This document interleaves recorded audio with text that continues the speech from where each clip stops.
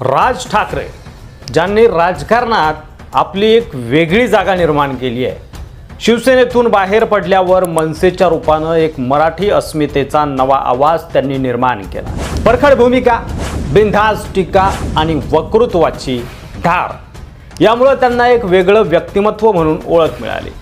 गेल्या काही दिवसात मनसेच्या भाजपसोबत युतीच्या चर्चा सुरू आहेत, तर राज उद्धव एकत्र येणार अशाही चर्चा सुरू आहे। भाजप आणि मनसे एकत्र आले तर तो तुर्तास मनसेसाठी योग्य ठरेलही निर्णय, कारण सत्ताधारी पक्षासोबत हातमिळवणी केल्यानं नेते व कार्यकर्त्यांना मुंबईमध्ये कामं करता येतील, टेंडर मिळवता येईल आणि आर्थिकदृष्ट्या त्यांचा फायदाही होईल। मात्र हाच पर्याय राज ठाकरे यांच्यासाठी राजकीय सापळा ठरू शकतो का? चला तर बघूयात, राज ठाकरे यांनी भाजपसोबत युती केली तर त्यांना नेमकं काय गमवावं लागू शकतं। तुमचं वाक्य करेक्ट करतो।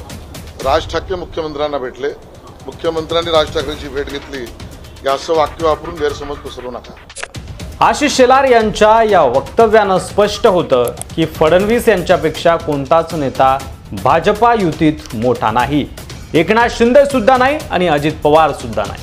देवेंद्र फडणवीस राज ठाकरेंना भेटले नाहीत, तर राज ठाकरे देवेंद्र फडणवीस यांना भेटलेत, यात राज ठाकरेंना कमी लेखणं असा स्पष्ट अर्थ होतो किंवा तसा स्पष्ट संकेत भाजपकडून दिले गेलेत। राज ठाकरे भाजपसोबत गेल्यास कोणते 5 मोठे तोटे मनसेला होऊ शकतात, चला तर बघूया।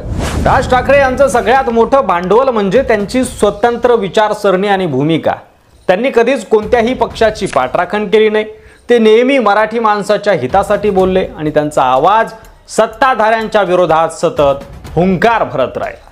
पण जर त्यांनी भाजपसोबत युती केली तर लोकांना वाटेल की राज ठाकरे आता सत्तेसाठी झुकले आणि राज ठाकरे हे आजही स्वतंत्र, बिनधास्त आणि स्पष्ट वक्ते नेते म्हणून ओळखले जातात। जर त्यांनी भाजपसोबत युती केली तर त्यांची ही स्वतंत्र मराठी अस्मितेची प्रतिमा धूसर होईल।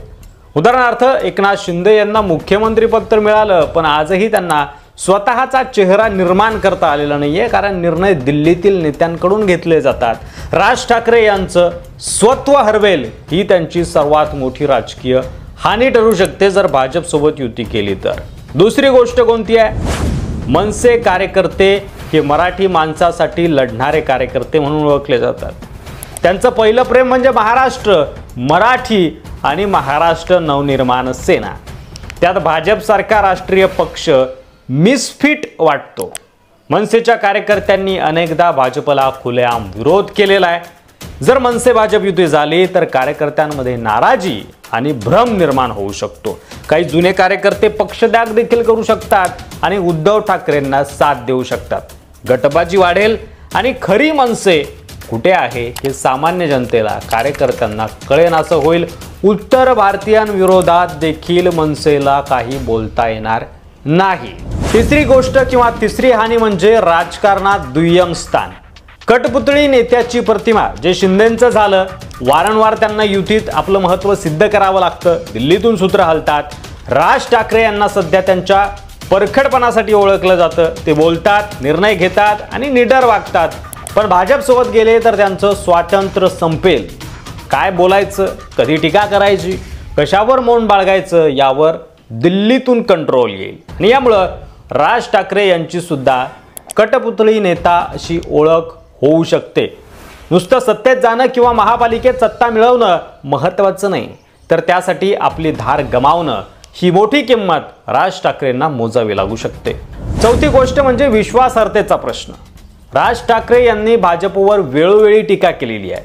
नोटबंदी असेल, उत्तर भारतीयांना विरोध असेल, महागाई असेल, पेट्रोलचे दर असेल, बेरोजगारी असेल, यावरून त्यांनी भाजपला वारंवार धारेवर धरलेला आहे। आता जर त्यांनी त्याच पक्षाशी हातमिळवणी केली तर लोक पुन्हा विचारतील, कारपर्यंत विरोध करत होतात, आज एकत्र कसा? स्वार्थासाठी भूमिका बदलली असं म्हटल्यावर राज ठाकरे यांची विश्वासार्हता पूर्णपणे संपेल। ही बाब त्यांच्या राजकीय भविष्यासाठी अत्यंत घातक ठरू शकते आणि तसंही राज ठाकरेंवर वारंवार आरोप होतो की राज ठाकरे हे आपली भूमिका बदलत असतात किंवा आंदोलन तडीस नेत नाही।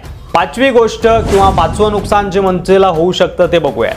सध्या मनसेला पुन्हा एकदा उभारणीची संधी आहे। उद्धव ठाकरे भाजप विरोधी जागा घेऊन आहेत, अजित पवार सध्या अर्ध्या राष्ट्रवादीसह सरकारमध्ये आहेत आणि काँग्रेस संघटनात्मक दृष्ट्या कमकुवत आहे। अशा वेळी राज ठाकरे भाजप विरोधी स्टँड जर त्यांनी घेतला तर ते एक नवीन पर्याय बनू शकतात, पण भाजप सोबत गेल्यावर त्यांची जागा तात्पुरती मोठी होईल पण ते वाढू शकणार नाहीत असं राजकीय तज्ज्ञांचं मत आहे. एकदा दिल्लीच्या अधीन गेल्यावर पुन्हा स्वतंत्र नेता होणं अशक्य आहे. उदाहरणार्थ एकनाथ शिंदेंना मुख्यमंत्रीपद मिळालंय, पण स्वतंत्र मुख्यमंत्री म्हणून त्यांची छाप पाडण्यात त्यांना संघर्ष करावा लागला.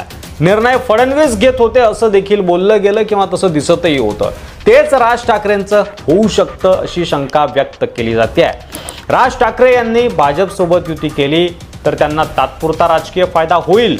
काही महापालिका जागा मिळतील, थोडी प्रसारमाध्यमांतील प्रसिद्धी मिळेल, थोडा सत्तेच्या जवळ जाण्याचा आनंद मिळेल, मुंबईत कार्यकर्त्यांना काम मिळेल, पण या फायद्याच्या मोबदल्यात ते गमावतील आपली ओळख, आपली धार, कार्यकर्त्यांची निष्ठा आणि जनतेचा विश्वास. ते फडणवीसांच्या ट्रॅपमध्ये अडकतील का, हे ठरेल त्यांच्या पुढील निर्णयावर. तुम्हाला काय वाटतं? राज ठाकरे यांनी भाजपसोबत युती करावी का, की त्यांनी स्वतंत्र मराठी स्वाभिमानी नेता म्हणून उभं राहावं, की भाऊ उद्धव ठाकरेंसोबत जावं? तुमचं मत कमेंट बॉक्समध्ये नक्की लिहा. अशाच व्हिडिओसाठी मराठी मंडळीवर नवीन असाल तर सबस्क्राईब करा आणि व्हिडिओ आवडला असेल तर शेअर करायला देखील विसरू नका. धन्यवाद.